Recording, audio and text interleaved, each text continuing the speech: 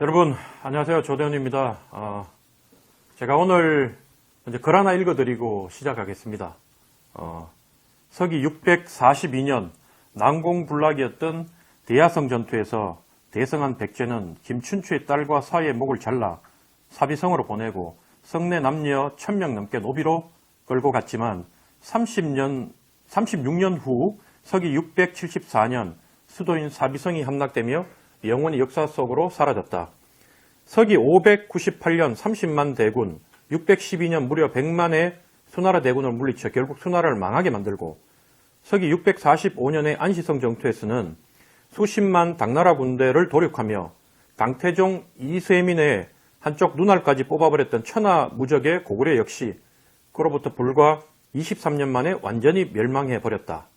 근면하고 성실한 강인한 백성들 그리고 천하제일의 군대와 장수들도 모두 그대로였지만 결국 지도층의 부정부패와 무능, 왕위 계승을 둘러싼 왕실의 반목과 내분이 급격한 몰락과 영원한 패방을 낳고 말았다. 딱 지금의 망해가는 자유한국당 모습이 아닌가 싶다. 강성한 나라 하나 망한데도 20년이면 충분했는데 집권 9년간 그리 무능하고 부패했으면서도 진정어린 반성 없이 뻔뻔한 변명 찾기에 급급한 정당 하나가 정당사에서 완전히 사라지는 게 무슨 그리 큰 일이란 말인가. 2018년 7월 14일 조대원 작성. 제가 책에도 사실 이 글을 옮겨놨는데요. 여러분 지금 우리 국민의힘 보면 딱 이런 모습 아닙니까? 제가 월요일 날 방송할 때만 하더라도 위기다. 어떻게 수습해야 되나 이런 생각을 했는데 불과 하루 이틀 상간에 급속히 지금 당이 망해가고 있구나. 국민의힘이라는 이름의 간판을 또 내려야 될지도 모르는구나. 이런 참담한 심정으로 제가 이 자리에 섰습니다. 제가 예전에는 몇 발 앞서가지고 저 윤석열 나오면 대선 안 된다. 그때 홍준표, 유승민 단일화 명분으로 내세운 게 본선에서 안 된다. 그리고 제2의 이회창 된다. 이런 얘기할 때 난타를 당했죠. 재수없는 소리 한다. 저것도 내부 총질한다. 근데 이게 지금 보니까 제가 하는 말이 아니라 이제 당원들이 저 앞에 그런 얘기를 해요. 또 졌구나. 어떻게 해야 됩니까? 너무 참담하다. 상황이 어떻게 하다가 이렇게 쫄딱 망하게 됐느냐. 여러분 이 글에서 제가 오늘 이 글을 읽어드렸던 게 역사적 교훈을 찾아보면 다 나와 있어요. 외부의 적이 무서운 게 아니라 결국 내부에서 권력 다툼하고 왕위 계승하고 부정부패하고 이런 것들이 결국 외부의 적보다 더 무섭다. 바깥에서 우리보다 10배 강한 적이 둘러싸고 공격해도 막아낼 수 있지만 안에서 우리 편이 성문을 열어버리면 그거는 우리하고 비등한 적이라도 심지어 우리보다 숫자가 적더라도 야간에 문 열어버리면 와서 기습해가지고 전세를 뒤집는 게 전쟁사에 비일비재합니다, 여러분. 저는 지금 이미 우리가 여론조사에 뒤집어졌고, 근데 문제는 앞으로가 더 문제다. 이 수치가 너무 안 좋다. 제가 이번 주에 KBS 갔어도 그 얘기를 잠깐 언급을 했는데 지금보다도 문제는 뭐냐면 여론조사는 좀 출렁일 수가 있어요. 이걸 만회해야 할 모멘텀이 우리가 더 많으면 전략적으로 한 발 이렇게 뺐다가 2보 전진을 위해서 1보 후퇴했다가 다시 정비를 해서 반격하면 되는데 그럴 거리가 안 보여요. 상황이 우리한테 보여진 수치가 다 안 좋아요. 제가 세 가지에 대해서 오늘 말씀드릴 건데 첫째는 우리가 지지율에서 앞설 때도 어느 순간인가부터 한 달 전부터 이재명이 살금살금 기어 올라와서 당선 가능성을 묻는 여론조사에서는 이재명이 뒤집기 시작했어요. 지금은 당선 가능성 물으면 거의 10개 여론조사가 있으면 9개가 당선 가능성 부분에 있어가지고는 전부 다 이재명이 이기는 걸로 나와요. 꽤 많은 격차로 오차범위 밖으로. 그 당선 가능성을 왜 여론조사 기관에서 이렇게 산출을 하냐면 현재 내가 어느 특정 후보를 이렇게 지지하고 있다 하더라도 내가 예를 들면 윤석열 후보를 지지하고 있는데 당선 가능성은 이재명이 높다고 이렇게 응답을 하게 되면 결국 내 지지자 입장에서는 그만큼 불안하다는 거예요. 그리고 내가 밀고 있는 후보가 있지만 내 마음도 내가 어떻게 될지 모르겠고 내가 밀어도 왠지 우리 지지층이 흐트러져 가지고 이게 무너질 것 같다는 불안감이 거의 녹아 있는 거거든요. 그리고 예를 들면 중도층 같은 경우에 내가 비록 양쪽에 지지를 하지 않고 한 발 빼고 있지만 이재명이 당선될 가능성이 더 높다고 얘기하는 거는 내 마음이 벌써 중도층, 무당층이 이재명 쪽으로 마음이 쏠려 있다는 거예요. 그거를 이제 향후 추세를 읽어보기 위해서 이 당선 가능성을 늘 여론조사 기관에서 살펴보는 겁니다. 그 수치가 우리가 오차 범위 밖으로 이제 벌어지고 있고 격차가 더 벌어지고 있다는 것은 엄청난 데미지다. 두 번째, 여론조사 기관의 그 질문 중에 어떤 게 있었냐면 공정과 정의를 더 잘 실현할 후보는 누구냐 했을 때 그건 윤석열이 높아요. 한 1, 2%, 2, 3%. 많이 잡아도 5%는 넘지 않아요. 근데 여러분 찾아보십시오. 이게 인터넷 다 나오니까 경제를 더 잘 이끌 후보가 누구냐고 했을 때 이재명이 윤석열보다 10% 이상 앞서요. 그거는 제가 KBS에서 어떻게 비교를 했냐면 장기를 뚫 때 이거는 차 내주고 상 받아온 거다.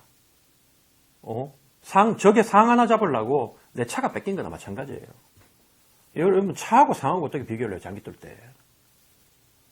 이거는 왜냐하면 국민들이 공정정의 따지지만 이게 압도적으로 이재명은 지저분하고 윤석열은 깨끗해서 국민들이 한 20% 이상 차이 나서 그래 이번에는 공정과 정의가 화두야 이렇게 되면 모르지만 지금 현재는 뭐냐면 독인 개긴이라는 거예요. 둘 다 똑같다. 비호감 대선이다. 그런 상황에서 국민들이 이제 집중하는 건 뭐냐면 그러면 어차피 둘 다 지저분한데 그럼 앞으로 내 삶은 누가 집권했을 때 조금 더 안정적으로 먹고 살기가 좋겠냐. 경제가 좀 좋아지고 사회가 덜 불안하고 하겠느냐. 부정부패를 헤쳐먹더라도 지들끼리 헤쳐먹더라도 그래가 몇 놈 구속되고 정권이 휘청거리더라도 당장 내 삶에 내 사업이 잘 되고 내가 돈이라도 얼마라도 더 받고 벌이가 좀 나아지는 게 어느 정권이냐고 봤을 때 국민들이 이재명한테 점수를 더 많이 주고 있는 거예요. 우리는 인정하고 싶지 않지만 아니 문재인 때 무슨 경제가 좋았느냐 얘기를 하고 있지만 그게 녹아나가지고 문재인의 지지율에 녹아나가지고 우리가 그만큼 50%대 이상으로 치고 갔다가 이 윤석열 후보가 그걸 다 까먹은 거예요. 그거는 얘들이 자기가 치고 올라간 게 아니라 국민들이 어떻게 바라보냐면 쟤들한테 정권을 줘본들 지금 문재인 정권보다 세상이 더 좋아지지 않겠구나. 좋아질 일이 별로 없겠구나. 국민들이 자포자기하기 시작하는 거예요. 자포자기하면서 포기하게 되고 거기에 대한 분노로 이 좋은 문재인 정권을 바꿔달라고 우리가 그만큼 너희들을 밀어줬고 재보궐선거도 밀어줬는데 결과적으로 너희들이 지금 만든 우리한테 보여준 세상이 이런 거구나. 그래서 그 분노, 심판에 대한 화살이 문재인 정권에서 보수 야당으로 돌아섰다는 겁니다. 아주 지금 수치가 안 좋은 거죠. 또 한 가지 더 말씀드리면 마지막으로 역대로 지금 20세대 2030 얘기하는데 그동안은 20대 투표율이 20대 투표가 선거의 결과를 좌지우지하지는 않았어요. 지금까지는. 아무래도 20대가 투표율이 떨어지니까 앞으로는 또 새롭게 이번 대선부터 바뀔지 모르겠는데 역대로 그러면 저희 같은 이제 정치권에 한 20년 있었던 사람들이 대선 결과를 예측할 때 가장 많이 보는 수치가 뭐냐면 충청권 지지율입니다. 이것 역시 윤석열 후보가 부친이 공주라서 최초에는 한 10% 이상 충청권에서 앞섰죠. 그런데 여러분 보세요. 뒤집어진 여론조사 결과가 이제 절반 이상이에요. 거기다가 그러면 이제 이걸 가지고 뒤집어졌다, 안 뒤집어졌다 이렇게 서로 논쟁을 하니까 여러분들이 모두 동의할 수 있는 수치를 하나 들이대면 분명한 거는 충청권에서마저 윤석열의 지지율은 하락하고 있고 이재명의 지지율은 가파르게 상승하고 있다. 그거는 부인 못할 겁니다. 수치를 다 보시면. 그거는 10개 있으면 10개 여론조사 기관이 다 그러니까. 이 정도 되면 게임 끝난 거예요, 여러분. 이걸 어떻게 뒤집습니까? 가슴이 너무 아픈 거예요, 이게.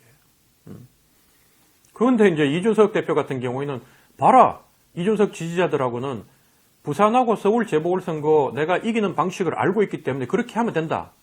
근데 니들이 안 따라했잖아. 그것도 1분은 맞고 1분 틀렸다.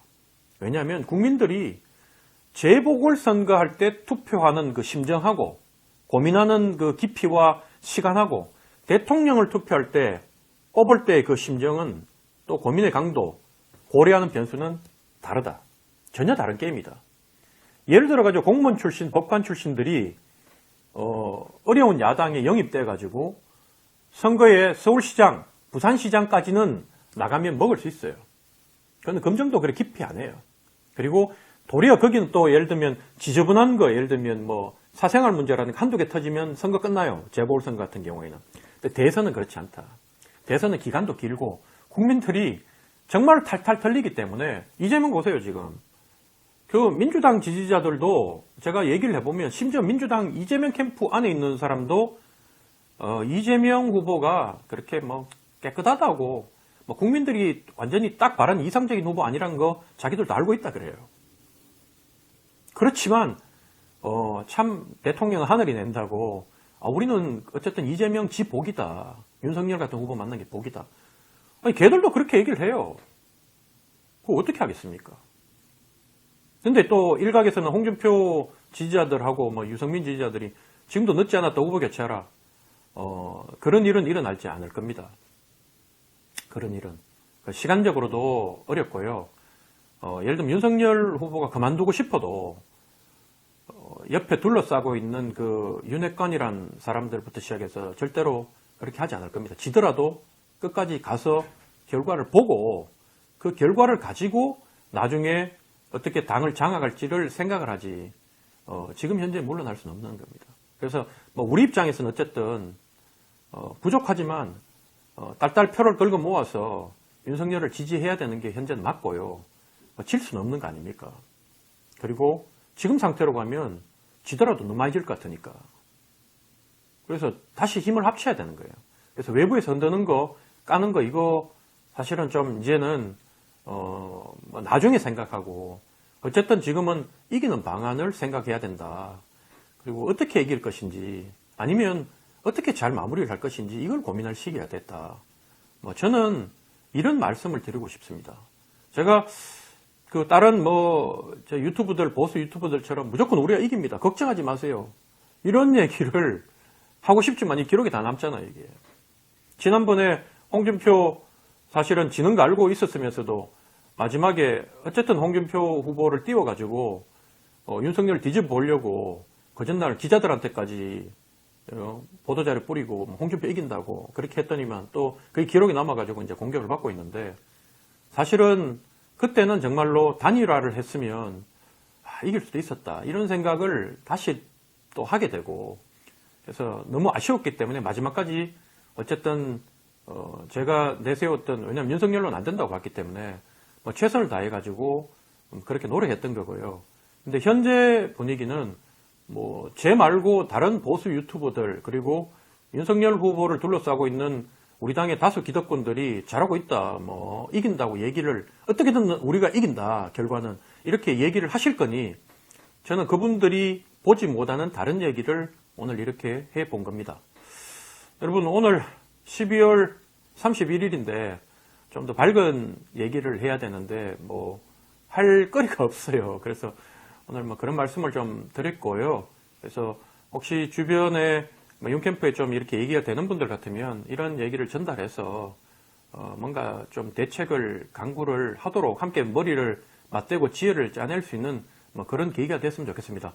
여러분 올 한 해도 참 수고하셨고요. 정말 어려운 세상 사시느라고 수고하셨고 내년에는 복 많이 받으시고 내년에는 좀 더 올해보다는 나은 그런 대한민국, 그런 우리 국민의힘 당 그리고 또 우리 지역사회가 됐으면 좋겠다. 저는 그런 말씀을 드리면서 오늘 유튜브 방송을 마치겠습니다. 여러분 새해 복 많이 받으십시오.